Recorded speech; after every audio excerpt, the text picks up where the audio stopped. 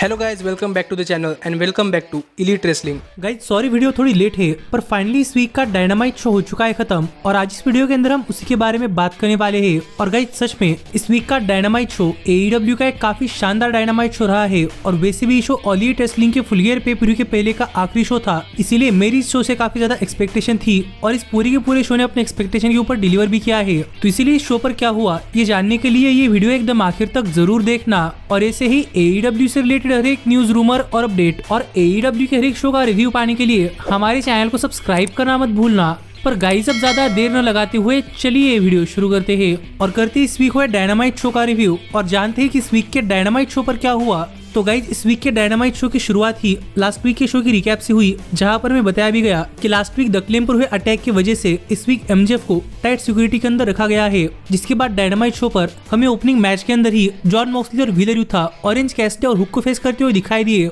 और मॉक्सली की एंट्रेंस चलने के दौरान ही यहाँ पर ऑरेंज कैसिडी और हुक ने मिलकर मॉक्सली और यूथा पर अटैक करना स्टार्ट कर दिया। और इस मैच की शुरुआत में ही यहाँ पर चारों सुपरस्टार्स के बीच में क्राउड के अंदर ब्रॉल हो रहा था, लेकिन जैसे ही सभी रिंग के अंदर गए वैसे ही ये मैच ऑफिशियली स्टार्ट हुआ। पर मॉक्सली रिंग के अंदर आने से पहले ही ऑरेंज कैसिडी को रिंग के बाहर साइड में लगा दिया था, इसलिए इस मैच की शुरुआत से ही जॉन मॉक्सली और व्हीलर यूथा इस मैच के अंदर हुक को काफी डोमिनेट कर रहे थे, जहां पर हमें पहली बार हुक और जॉन मॉक्सली भी एक काफी शानदार फेस ऑफ के अंदर एक दूसरे के आमने सामने आते हुए दिखाई दिए। और ऑरेंज कैसिडी भी कई बार इस मैच के अंदर अपना कमबैक करना चाहते थे, पर ब्लैकपूल कॉम्बैट क्लब ने ऑरेंज कैसिडी को रोका हुआ था, जिस बीच हमें यहाँ पर दोनों यंग स्टार्स यानी कि व्हीलर यूथा और हुक की भी काफी शानदार परफॉर्मेंस देखने को मिली। लेकिन इस सब के साथ ही जब मैच के आखिर में जॉन मॉक्सली हुक पर अपना फिनिशर लगाने के लिए जा रहे थे तो ऑरेंज कैसिडी ने आउट ऑफ नोवेयर यहाँ पर जॉन मॉक्सली पर अपना फिनिशर ऑरेंज पंच लगा दिया, पर मॉक्सली ने इसे जरा भी सेल नहीं किया, जो देखकर ऑरेंज कैसिडी काफी सरप्राइज थे, क्योंकि आज तक ऑरेंज कैसिडी ने इस फिनिशर के सहारे अपना हर एक मैच जीता है, पर इसका जॉन मॉक्सली पर कुछ असर नहीं हुआ और मॉक्सली ने ऑरेंज कैसिडी को रिंग के बाहर कर दिया। और रिंग के अंदर हुक मॉक्सली पर अपना फिनिशर रेड ड्रम लगाने के लिए जा रहे थे, जिससे भी आज तक कोई नहीं बचा, पर यहाँ पर यूथा ने जॉन मॉक्सली को हुक पर अपना फिनिशर लगाने के लिए मदद की, जिसके चलते हुक पर पैराडाइम शिफ्ट लगाकर उन्हें पिन कर यहाँ पर जॉन मॉक्सली ने अपने टीम के लिए ये मैच जीत लिया है। लेकिन ये मैच खत्म होने के बाद भी हम देख पा रहे थे कि ऑरेंज कैसिडी काफी सरप्राइज और काफी डिसबिलीफ के अंदर बैठे थे, क्योंकि शायद उन्हें पता चल चुका था कि अब जॉन मॉक्सली के सामने ऑरेंज कैसिडी का कोई चांस नहीं बनता। पर ये मैच खत्म होने के बाद यहाँ पर माइक लेकर बातें करते हुए जॉन मॉक्सली ने कहा कि जॉन मॉक्सली ऑरेंज कैसिडी को उनकी जगह दिखाने वाले हैं और वो AEW के अंदर तो जरा भी नहीं है और मॉक्सली राइटफुली अपनी इंटरनेशनल चैंपियनशिप वापस लेंगे और इसके बारे में ऑरेंज कैसिडी कुछ भी कर ले वो जॉन मॉक्सली को कभी नहीं रोक पाएंगे। जो बातें कहकर मॉक्सली यहाँ चले गए और ऑरेंज कैसिडी का चेहरा देखकर मुझे भी लग रहा है कि शायद कहीं ना कहीं अपने अंदर ऑरेंज कैसिडी भी बिलीव कर रहे हैं कि वो मॉक्सली के सामने कुछ नहीं कर पाएंगे। तो देखने के लिए मजा आएगा कि आगे क्या होता है। पर इसके बाद हमने देखा कि गाइस यहाँ पर Kenny Omega, Chris Jericho, Kota Ibushi और पॉल वाइट अपने मैच के लिए अरीना की तरफ बढ़ रहे थे और वो भी सूट बूट पहनकर, जो कि यहाँ पर एक काफी शानदार चीज थी। पर इसके बाद हमें टोनी शिवानी डायनामाइट शो पर आकर कहते हुए दिखाई दिए कि यहाँ पर हैंगमैन पेज और स्वर्ड स्ट्रिकलैंड ये दोनों एक दूसरे के फेस टू फेस आने वाले हैं, पर यहाँ पर नो फिजिकलिटी रूल है और अगर किसी सुपरस्टार ने किस पर अटैक किया तो यहाँ पर दोनों को ही सस्पेंड कर दिया जाएगा। जिन रूल्स के साथ यहाँ पर एक फेस ऑफ हुआ और यहाँ पर स्वर्ड स्ट्रिकलैंड और हैंगमैन पेज दोनों ही आ गए और यहाँ पर टोनी शिवानी स्वर्ड स्ट्रिकलैंड को कुछ सवाल पूछना चाहते थे, पर यहाँ पर हैंगमैन पेज ने स्वर्व के हाथ से माइक छीन लिया और यहाँ पर स्वर्व से बात करते हुए हैंगमैन पेज ने कहा कि स्वर्व को लग रहा है कि स्वर्व एक काफी बड़ी इंसान है, लेकिन रियल लाइफ में स्वर्व एक काफी बड़ी डिसअपॉइंटमेंट है और इसी वजह से स्वर्व के साथ आज उनकी वाइफ भी नहीं है और उनके बच्चे भी उनका चेहरा नहीं देखना चाहते। और अगर ये सब चीजें सुनकर स्वर्व को लग रहा है कि वो काफी पर्सनल हो रहे हैं तो स्वर्व को ये सुनना पड़ेगा, क्योंकि स्वर्व ने चीजें पर्सनल की है, क्योंकि स्वर्व इतने बेवकूफ है कि यहाँ पर काफी सारे लोग उनका फायदा उठा रहे हैं, वो भी उन्हें पता नहीं चल रहा। पर फुल ईयर पे प्रीव्यू पर स्वर्व को किसी पुलिस ऑफिसर या फिर किसी लॉयर की जरूरत नहीं पड़ेगी, क्योंकि हैंगमैन पेज ही जज, जूरी और एक एग्जीक्यूटर होने वाले हैं। जो बातें यहाँ पर हैंगमैन पेज ने कही और हैंगमैन पेज की बातों से हम समझ सकते थे कि वो यहाँ पर काफी गुस्सा है। और जाते जाते हैंगमैन पेज ने कहा कि हाँ यहाँ पर नो फिजिकलिटी रूल है, जिसका मतलब हैंगमैन पेज स्वर्व पर अटैक नहीं कर सकते पर प्रिंस नाना पर कर सकते हैं। और ये कहकर हैंगमैन पेज ने प्रिंस नाना पर काफी खतरनाक अटैक करना स्टार्ट कर दिया, जहाँ पर काफी सारे सिक्योरिटी गार्ड्स हैंगमैन पेज को रोकने के लिए आ गए, जिस बीच हैंगमैन पेज ने उन्हें सिक्योरिटी गार्ड्स पर अपना फिनिशर बकशॉट लैरिएट लगा दिया। और हैंगमैन पेज को इतना गुस्सा देखकर यहाँ पर हम देख पा रहे थे कि स्वर्व भी काफी डर रहे थे। तो देखने के लिए मजा आएगा कि अब चीजें पर्सनल होने के बाद फुल ईयर पे प्रीव्यू पर क्या होता है। पर इसके बाद हमें डायनामाइट शो पर लेक्सी बैकस्टेज में रॉड्रिक स्ट्रॉन्ग और द किंगडम का इंटरव्यू लेते हुए दिखाई दी और यहाँ पर द किंगडम ने कहा कि उनके लिए एडम कोल के लिए एक मैसेज है, क्योंकि उन्हें पता चल चुका है कि डेविल कौन है। और एक कहकर यहाँ पर किंगडम ने एडम कोल को कॉल किया और एडम कोल से बात करते हुए किंगडम ने कहा कि उन्हें पता चल चुका है कि डेविल कौन है और रॉड्रिक स्ट्रॉन्ग ने कहा कि डेविल कोई और नहीं बल्कि MJF है। और ये सुनने के बाद एडम कोल काफी डिसअपॉइंट हुए थे, क्योंकि एडम कोल को लग रहा है कि यहाँ पर रॉड्रिक स्ट्रॉन्ग एडम कोल और एमजेएफ के बीच में फुट पाड़ने के लिए ये सब चीजें कह रहे हैं। और एडम कोल ने कहा कि एडम कोल रॉड्रिक स्ट्रॉन्ग पर भरोसा नहीं करते, और एडम कोल ने कहा कि कहीं रॉड्रिक स्ट्रॉन्ग तो डेविल नहीं है। और एडम कोल के ऐसे कहने के बाद यहाँ पर किंगडम काफी गुस्सा था, पर देखना पड़ेगा कि सच में डेविल कौन है। लेकिन इसके बाद में डायनामाइट शो पर रेड वेलवेट एक 1-on-1 मैच के अंदर स्काई ब्लू को फेस करती हुई दिखाई दी। और गाइस ये मैच भी इस वीक के डायनामाइट शो पर एक काफी शानदार मैच रहा है, जहाँ पर जो कोई सुपरस्टार ये मैच जीतता वो फुल गियर पे-per-view पर एक चैंपियनशिप मैच के लिए क्वालिफाई कर जाता,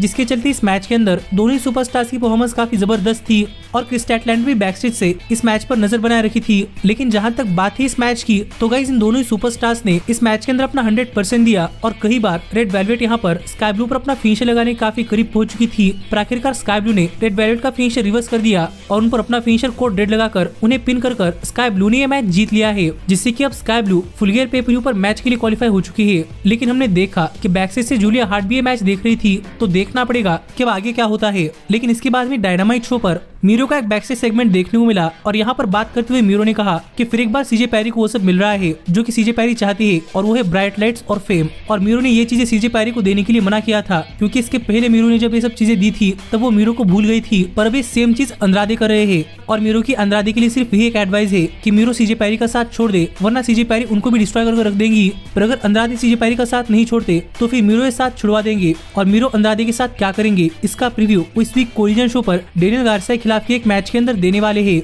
जो बात यहाँ पर मीरो ने कही, तो देखना पड़ेगा कि क्या मीरो की वार्निंग सुनने के बाद अंद्रादे सीजे पैरी का साथ छोड़ते हैं या नहीं। लेकिन इसके बाद हमने डायनामाइट शो पर देखा कि आरजे सिटी बैकस्टेज में मरिया मे को टोनी स्टॉर्म को मिलाने के लिए ले गए, और यहाँ पर टोनी स्टॉर्म के लॉकर रूम के अंदर जाते ही मरिया मे काफी खुश थी, क्योंकि उनके सामने फाइनली उनके आइडल खड़ी थी। और टोनी स्टॉर्म ने मरिया मे को देखा तो सही, लेकिन टोनी स्टॉर्म ने कहा कि ये लॉकर रूम टोनी स्टॉर्म का है और यहाँ पर कोई फैन नहीं आ सकता, जो कहकर टोनी स्टॉर्म ने गुस्से में मरिया मे को यहाँ से जाने के लिए कह दिया। जिसके बाद मरिया मे भी यहाँ चली गई। तो देखने के लिए मजा आएगा कि अब स्टोरलाइन की शुरुआत हो चुकी है, तो स्टोरलाइन आगे किस डायरेक्शन के अंदर जाती है। लेकिन इसके बाद में डायनामाइट शो पर समोआ जो आते हुए दिखाई दिए, क्योंकि यहाँ पर उनका एक लोकल स्टार के खिलाफ एक 1-on-1 मैच था, और यहाँ पर इस मैच के अंदर समोआ जो ने उस लोकल स्टार पर काफी खतरनाक अटैक कर दिया, और फाइनली उस पर अपना फिनिशर कोकिना क्लंच लगाकर सबमिशन के सहारे समोआ जो ने ये मैच जीत लिया। पर ये मैच खत्म होने के बाद यहाँ पर माइक लेकर बात करते हुए समोआ जो ने कहा कि एमजेएफ काफी जल्दी अपना डिसीजन दे दे कि क्या एमजेएफ पार्टनर के तौर पर समोआ जो को चूज करने वाले हैं या नहीं, क्योंकि समोआ जो ने एमजेएफ को लिमिटेड टाइम दिया है, और अगर इसके बाद एमजेएफ समोआ जो की मदद मांगते हैं तो समोआ जो एमजेएफ की मदद नहीं करने वाले।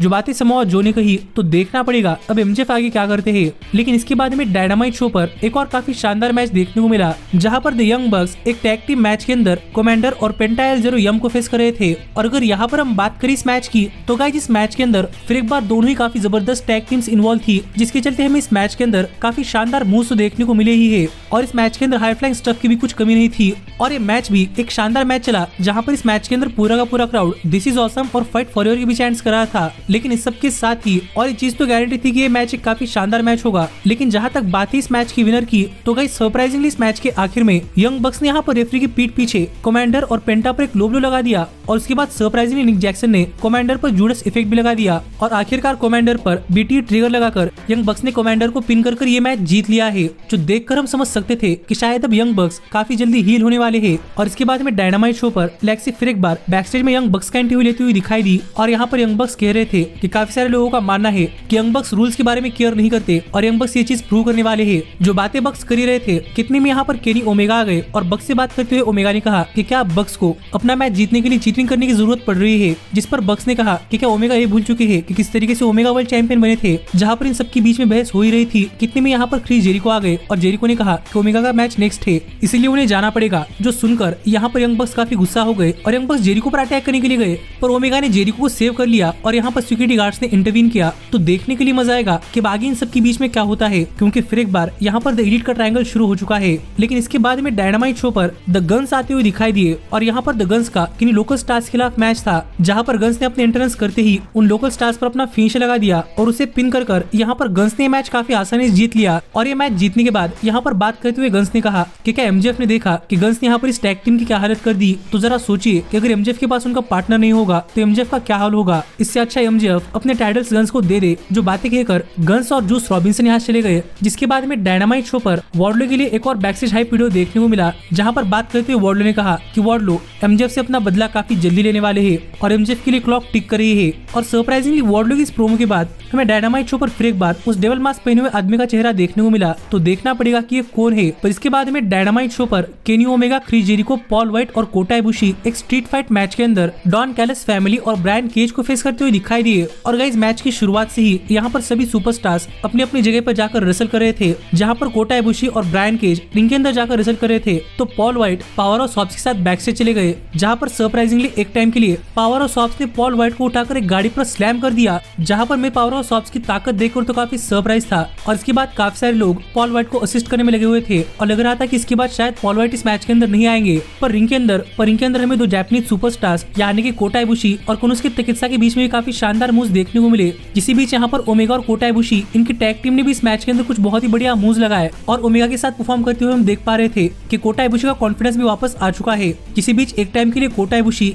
इस मैच के अंदर साइकिल चलाते चलाते सब पर अटैक कर रहे थे। इसी बीच सरप्राइजिंगली कुनुसुके तकेत्सा यहाँ पर साइकिल लेकर सब पर अटैक कर रहे थे। और इसी बीच हमने देखा कि कुनुसुके तकेत्सा और क्रिस जेरिको ये दोनों फाइट करते करते बैक से चले गए हैं। और जब केनी ओमेगा यहाँ पर ब्रायन केज पर अटैक कर रहे थे तो तभी काइल फ्लेचर मैच की शुरुआत में चॉकस्लैम खाने के बाद फाइनली इस मैच के अंदर वापस आए। लेकिन ओमेगा ने काइल फ्लेचर के सिर पर एक बोतल फोड़ दी जो भी इस मैच की काफी शानदार मूव थी। लेकिन इसके साथ ही हमने देखा कि कुनुसुके तकेत्सा बैक स्टेज में जेरिको पर टॉप शेल्फ से अटैक करने के लिए गए पर जेरिको ने यहाँ पर कुनुसुके तकेत्सा पर एक फायर एक्सटिंग्विशर लगा दिया जो भी इस मैच की काफी शानदार मूव थी। पर इनके अंदर तब तक पावर और हॉप्स आ चुके थे और हॉप्स यहाँ पर सब पर अटैक कर रहे थे जो देखकर जेरिको भी रिंग के अंदर आ गए। और यहाँ पर जेरिको और ओमेगा ने मिलकर पावर और हॉप्स पर काफी खतरनाक अटैक करना स्टार्ट कर दिया। इसी बीच हमें काइल फ्लेचर सरप्राइजिंगली कोटा इबुशी पर एप्रन के ऊपर से एप्रन के बाहर स्टील चेयर के थ्रू एक पायल ड्राइवर लगाते हुए दिखाई दिए जो मुंह देखकर यहाँ पर पूरा का पूरा क्राउड डिसबिलीफ के अंदर था। और इस पॉइंट तक इस मैच के अंदर this is awesome fight forever और हर एक तरीके के चैंट्स हो रहे थे। और इसी बीच हमने रिंग के अंदर देखा कि ओमेगा और जेरिको ने पावर और हॉप्स को रोप से बांध दिया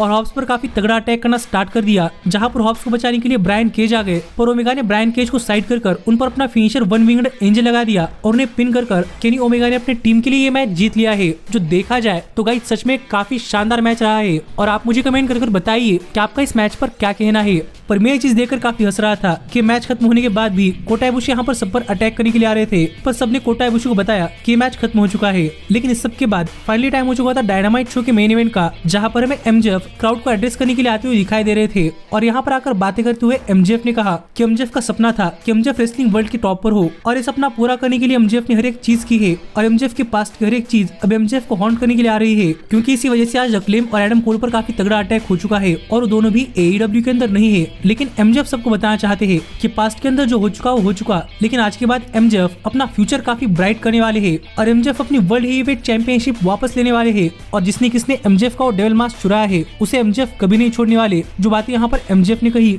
पर तभी यहाँ पर जे व्हाइट आ गए और एमजेएफ से बात करते हुए जे व्हाइट ने कहा कि एमजेएफ को नाटक करना बंद करना चाहिए क्योंकि सबको पता है कि डेविल मास्क के पीछे कोई और नहीं बल्कि एमजेएफ है और उन्हें पता नहीं कि एमजेएफ ने अपनों पर अटैक क्यों किया पर क्या पता वो एमजेएफ के ब्लड में ही है। पर जहाँ तक बात है एईडब्ल्यू वर्ल्ड चैंपियनशिप की तो फुल गियर पे-per-view के बाद जे व्हाइट एरा स्टार्ट होने वाला है। जो बात यहाँ पर जे व्हाइट ने कही और जे व्हाइट के इसे कहते ही बुलेट क्लब गोल्ड ने पीछे से आकर एमजेएफ पर अटैक करना स्टार्ट कर दिया जहाँ पर नंबर्स के सामने एमजेएफ भी कुछ नहीं कर पाए और आखिरकार जे व्हाइट ने रिंग के अंदर जाकर एमजेएफ पर अपना फिनिशर ब्लेड रनर भी लगा दिया और आखिरकार यहाँ पर जे व्हाइट ने स्टैंड टॉल किया है। और हम देख पा रहे थे कि समोआ जो बैक स्टेज से ये सब चीजें देख रहे थे और ऐसे इस वीक का डायनामाइट शो ऑफ चला गया जो शो मुझे तो काफी पसंद आया है। और आप मुझे कमेंट कर बताइए कि आपको ये शो कैसा लगा। फुल गियर पे-per-view के पहले डायनामाइट शो पर एईडब्ल्यू ने एक काफी शानदार शो डिलीवर किया है और अब देखना पड़ेगा कि फुल गियर पे-per-view पर क्या होता है। पर ऐसे ही एईडब्ल्यू से रिलेटेड हर एक न्यूज रूमर और अपडेट और एईडब्ल्यू के हर एक शो का रिव्यू पाने के लिए हमारे चैनल को सब्सक्राइब करना मत भूलना। लेकिन अब मैं मिलता हूँ आपसे अगली वीडियो के अंदर पर तब तक stay healthy, stay happy and keep watching elite wrestling. Hey, did you like that video? Click the screen for more.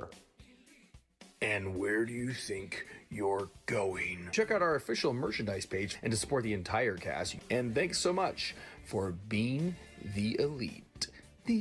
elite, the elite. What, Nick, you're not going to sing it all with me this time?